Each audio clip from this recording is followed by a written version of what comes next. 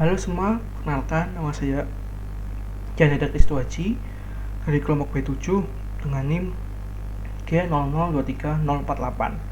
Nah, kali ini di video ini saya akan menjelaskan mengenai 3 bagian besar. Mengenai yang pertama ada mekanisme ereksi dan ejakulasi.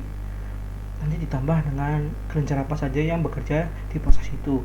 Kemudian yang kedua adanya mekanisme fertilisasi hingga ke implantasi embrio. Kemudian yang ketiga mengenai alur perjalanan urin dan proses berkemih. Oke, kita lanjut aja. Yang pertama itu ke mekanisme ereksi dan ejakulasi beserta kelenjar yang bekerja. Oke, yang pertama kita akan membahas tentang mekanisme ereksi dan ejakulasi. Ini yang pertama kita akan yang ereksi terlebih dahulu.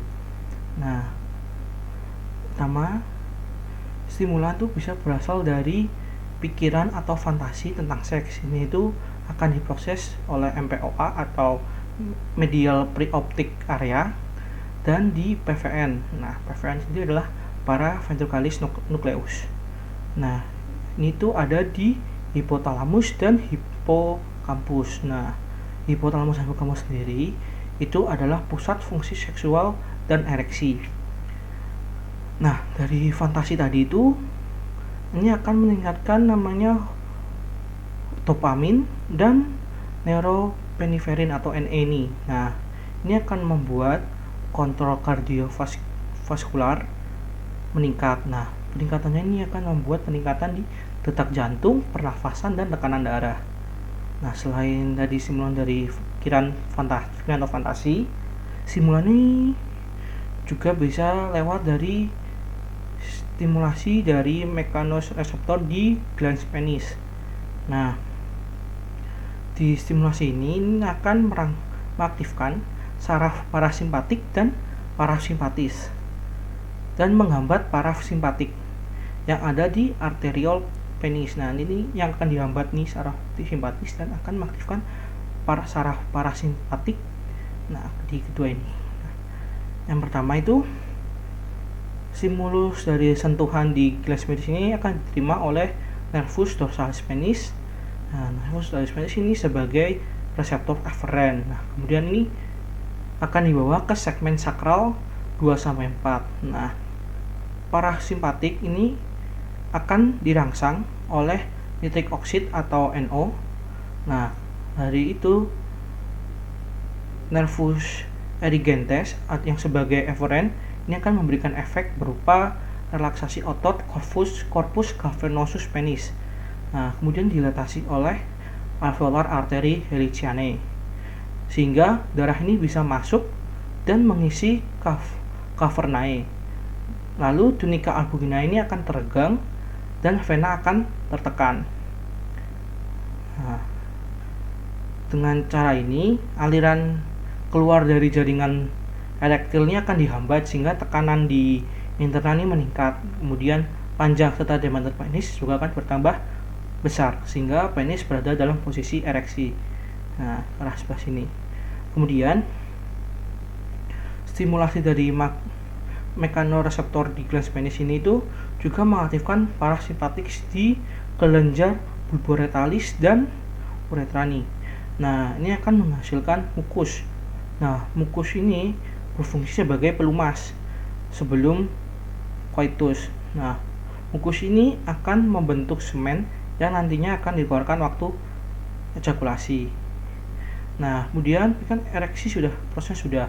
Kemudian kita membahas tentang ejakulasi. Nah, ejakulasi sendiri itu terbagi menjadi dua, yaitu emisi atau transmisi dari semen ke uretra dan ejakulasi atau keluarnya semen melalui OUE. Nah, reseptor aferen dari nervus pudendus ini akan membawa rangsang segmen ke lumbal 1-3. Nah, pada proses emisi sendiri tadi itu dinding vas deferens ini akan berkontraksi, otot-otot kelenjar vesikalis dan bulboretalis berkontraksi juga, dan sphincter vesika urinaria juga berkontraksi. Nah, kemudian setelah emisi ini ada namanya proses ejakulasi, atau di sini bentuknya ekspulasi. Nah, ejakulasi ini menyebabkan kontraksi dari alveolar arteri Helicianae sehingga bisa mengalirkan darah ke venula, serta ditambah kontraksi musculus bulbospongiosus dan musculus ischiocavernosus sehingga bisa mengeluarkan semen dari uretra. Nah, setelah ejakulasi atau situ ekspulsi, kontrol dari kardiovaskular ini akan menurun sehingga detak jantung, laju pernafasan sama laju darah ini akan kembali menjadi normal. Oke, kita next. Nah, ini kan juga disebutkan apa aja kelenjar yang bekerja di mekanisme ereksi dan ejakulasi. Yang pertama ini adalah vesicula seminalis. Nah, vesicula seminalis itu adalah yang bentuknya ada dua nih, yang paling besar nih, yang berebus-rebus gini nih.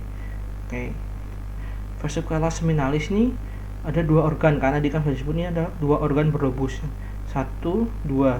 Nah, ini tuh panjangnya kira-kira 5 cm. Letaknya sendiri itu di permukaan posterior vesica urinaria. Nah, ductus deferens ini tuh berjalan nih pada sisi medialnya atau pada bagian tengahnya. Nah, fungsi dari kelenjar ini sendiri itu adalah untuk menghasilkan sekret yang mengandung fruktosa dan prostalgadin untuk makanan dari spermatozoa. Nah, kemudian vesica spinalis ini itu di arteri itu oleh vesicalis inferior dan rectalis media. Kemudian venanya bermuara ke vena iliaca interna dan pembuluh limfanya ini menuju ke NL iliaca interni. Oke, yang kemudian ada yang kedua yaitu kelenjar prostat. Nah, kelenjar prostat itu yang ini nih, yang di kotak hitam, atau yang di sini itu yang gambar yang sebelah sini. Nah, kelenjar prostat ini sendiri itu terbagi menjadi 5 lobus. Yang pertama ada anterior, medius, posterior, sama ada lateral. Lateral ini dexa dan sinistra. Jadi ada 5. Nah, yang anterior ini, yang pertama anterior ini non kelenjar. Kemudian yang medius ini antara uretra dan ductus ejaculatorius. Nah, ini tuh banyak kelenjarnya. Kemudian di bagian posterior ini atau di belakang uretra, di bawah ductus ejaculatorius. Nih. Posterior, medius. Kemudian ini yang anterior. Kemudian yang lateral dexa dan sinistra ini berada di lateral dari uretra. Nah, fungsi dari kelenjar prostat ini sendiri itu adalah menghasilkan cairan tipis seperti susu. Nah, zat apa yang terkandung dalamnya itu adalah asam sitrat dan fosfatase asam. Ini tuh ditambahkan saat proses ejakulasi. Nah, sekret dari kelenjar prostat ini tuh bersifat alkalis. Ini fungsinya untuk menetralkan suasana asam di dalam vagina. Kemudian ada yang ketiga namanya glandula bulboretalis atau kelenjar koperi. Nah, ini yang bentuknya kecil sebelah sini nih. Nah, kelenjar bulboretalis ini terletak di dalam diafragma urogenital. Nah, ductusnya ini menembus membrana parienalis atau lapisan fascia inferior diafragma urogenital. Nah, ini bermuara pada uretra spongiosa. Nah, fungsi dari kelenjar ini sendiri itu adalah menghasilkan sekret cairan mukus pada fase ereksi saat terjadinya rangsang seksual. Nah, kelenjar bulboretalis ini itu sendiri homolog dengan glandula vestibularis mayor pada wanita. Oke, ini kita membahas masuk ke bagian keduanya. Nah, tadi kan sudah disebutkan mekanisme ejakulasi, ereksi, sama kelenjar. Nah, kemudian saya akan membahas mengenai mekanisme dari fertilisasi hingga ke implantasi dari embrio. Nah, yang saat pertama ini tuh, nah ini oosit nanti akan mengeluarkan namanya fertilizin untuk menarik sperma ini untuk mendekat. Nah, sperma ini kemudian akan melalui berbagai proses untuk bisa masuk ke ovum. Nah, yang pertama itu akan melewati berbagai daerah dalam oosit sekunder untuk mencapai oosit, yaitu dari penetrasi corona radiata, yang dimana ini akan dibantu dengan enzim hyaluronidase dan gerakan dari flagger sperma. Nah, kemudian ada penetrasi zona pellucida dan akan bersatu dengan sel telur. Nah, setelah masuk penetrasi sampai bertemu dengan sel telur ini akan jadi penggabungan inti. Nah, penggabungan inti antara sperma dan sel telur ini sama, yang tadinya sama-sama haploid akan menghasilkan sigot yang bersifat diploid. Oke, yang di slide kedua ini, nah ini ada gambar pertama nih. Nah, gambar pertama ini oosit setelah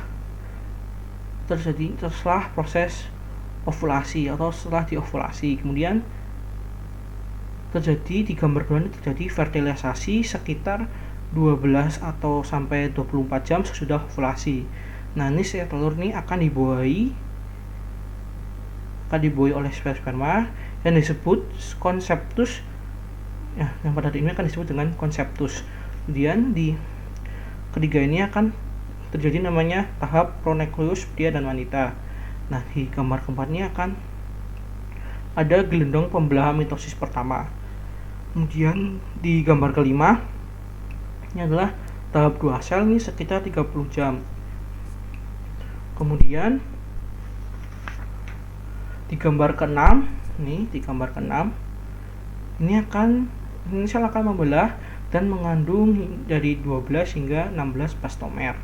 Nah, setelah 3 hari konseptus di dalam rahim yang berisi sekitar 16 sel, nah ini akan disebut sebagai dengan morula. Nah, morula ini bersifat dengan totipoten atau mampu berdiferensi menjadi semua jenis sel, baik embrionik maupun ekstra embrionik. Nah, ini kemudian morula ini akan terus mengambang bebas di dalam rahim selama beberapa hari.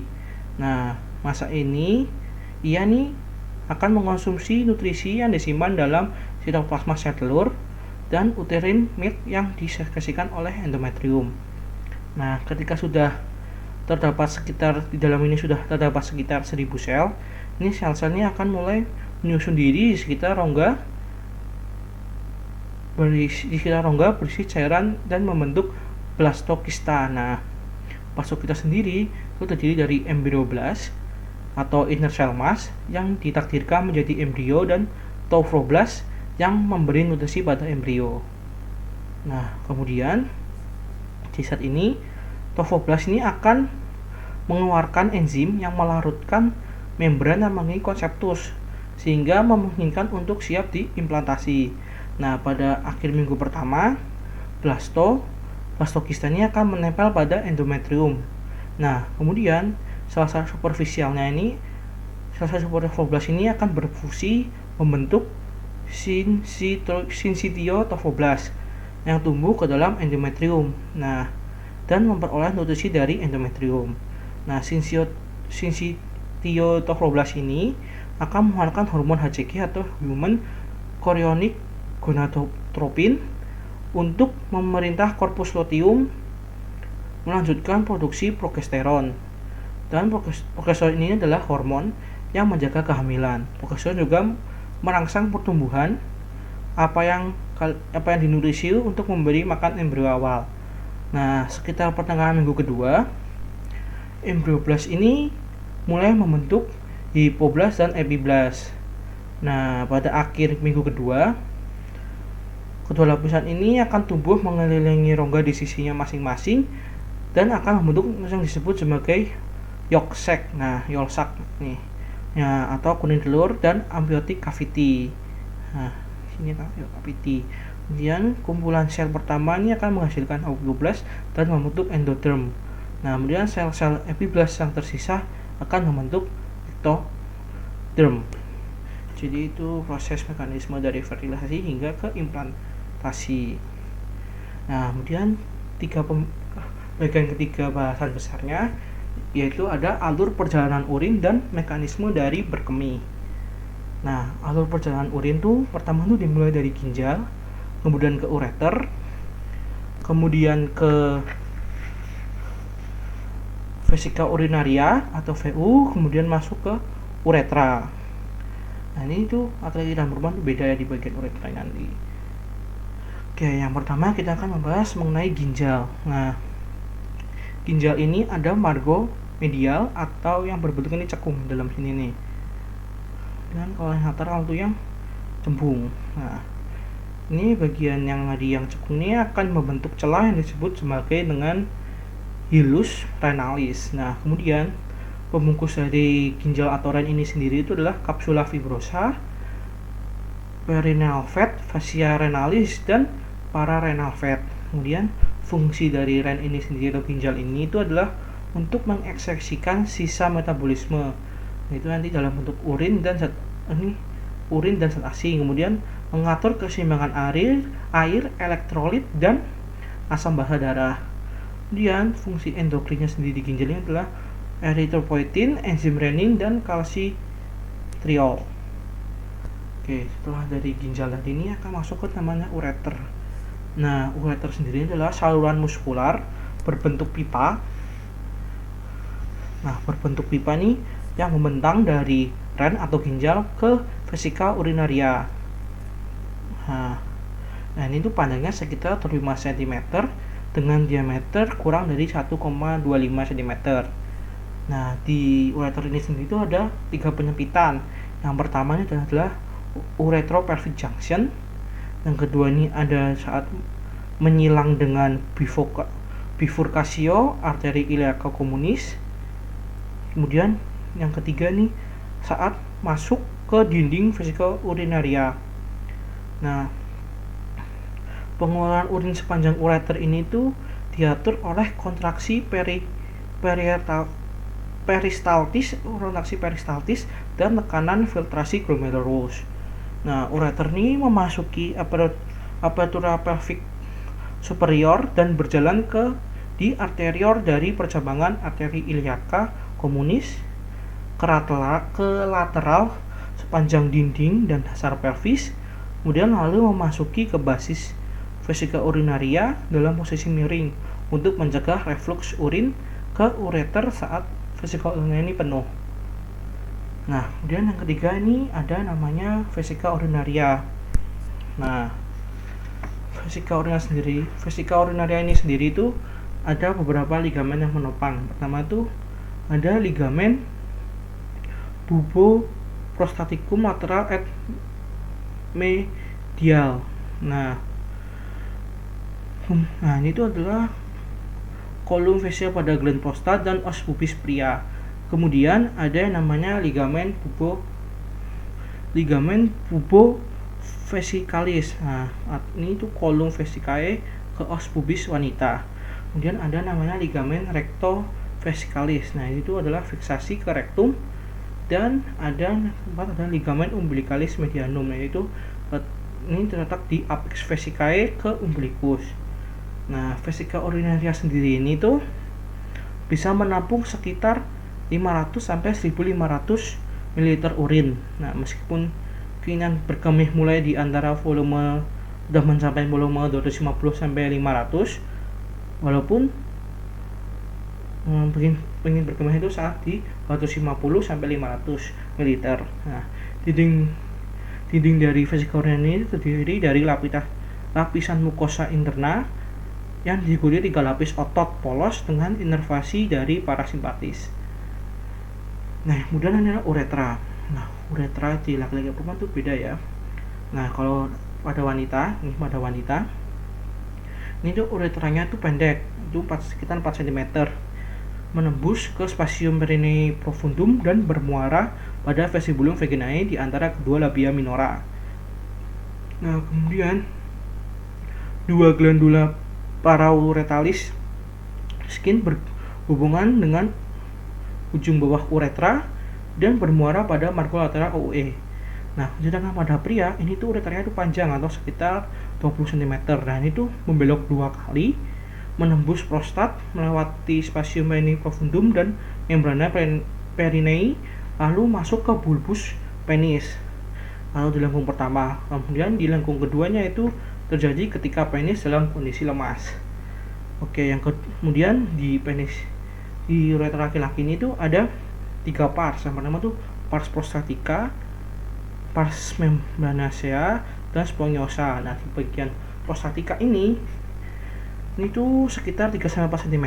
Kemudian sinus prostaticus bermuara di ductus ejaculatorius, crista uretalis, colliculus menalis, dan utriculus prostaticus. Kemudian di pars membranacea ini terdapat musculus sphincter urethra externum. Kemudian di pars spongiosum ini tuh paling panjang, fossanya navicularis dan ada OOE. Tadi kan juga disebutkan bagaimana proses berkemihnya ya. Nah, proses berkemih atau mixi ini adalah proses pengosongan kandung kemih. Ini tuh diatur oleh dua kontrol, yaitu pengaturan refleks dan voluntel. Nah, yang pertama kita refleks dulu ya. Refleks itu ketika kandung kemih atau vesika urina ini terisi atau penuh, dinding vesika urina ini akan terangsang sehingga reseptor ini akan teregang. Nah, reseptor aferen ini akan membawa impuls dan merangsang saraf parasimpatis pada vesika urinaria. Nah, ini tuh menyebabkan kandung kemih berkontraksi dan menghambat neuron motorik ke sphincter urethra internus sehingga terbuka, dan sphincter urethra externus ini melemas dan terbuka juga. Jadi urin akan masuk ke uretra. Kemudian kalau di volunteer ini ketika vesika urinaria ini penuh, ini akan menyebabkan keinginan untuk mixi atau pengosongan. Nah, neuron motoriknya ini akan terangsang, jadi sphincter uretra externum menutup, jadi nggak bisa untuk berkemih. Nah, ini ya. Nah, jadi itu yang dapat saya sampaikan. Jika ada kesalahan saya mohon maaf. Terima kasih.